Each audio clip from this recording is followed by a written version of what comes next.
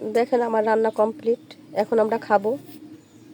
আজকে পর্যন্ত আবার নতুন কোনো ভিডিও নিয়ে আপনাদের সামনে উপস্থাপন, সে পর্যন্ত ভালো থাকুন, সুস্থ থাকুন। আসসালামু আলাইকুম রহমতুল্লাহি ওয়া বারাকাতুহু। আসসালামু আলাইকুম।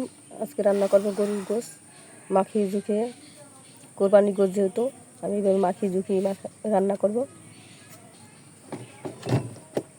তেল দিয়ে দেব,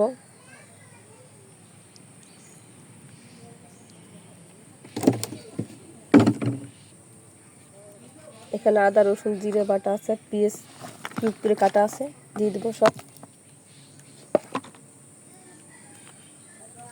এখানে আমি পাকা মরিচ ব্লেন্ডার করে রেখেছি, সেগুলো দিয়ে দেবো।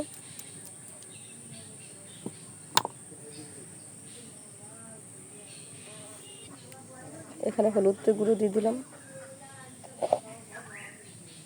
তেজপাতা, দারচিনি, এলাচ, লং, মরিচের গুঁড়ো দিয়ে দিলাম। এখন আমি স্বাদ মতো লবণ দিয়ে মাখিয়ে নিব। এখন আমি গোশটা ভালোভাবে মাখিয়ে রেখেছি, 10 মিনিট রেখে দেবো রেস্টে। গোশটা এখন উঠিয়ে দিয়েছি, 10 মিনিট হয়ে গেছে। এখন আমি পাতিল উঠিয়ে দিলাম।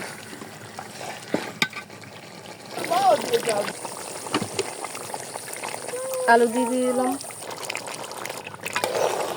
কষানো হয়ে গেছে। এখন আমি পানি দিয়ে দিব। গোশ আমার রান্নার শেষ প্রান্তে।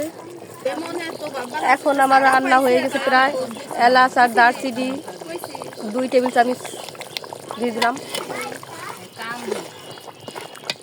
গোশ আমার এখন রান্না হয়ে গেছে। এখন আমি রুটি বানাবো। গোশ রান্না হয়ে গেছে, এখন চালের আটার রুটি বানাবো।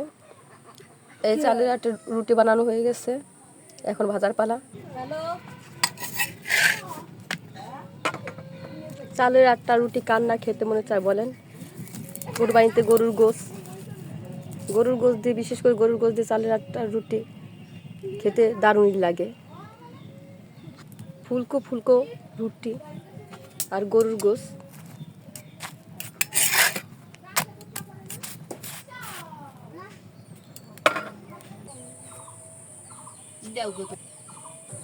এনে আমি কইছি কি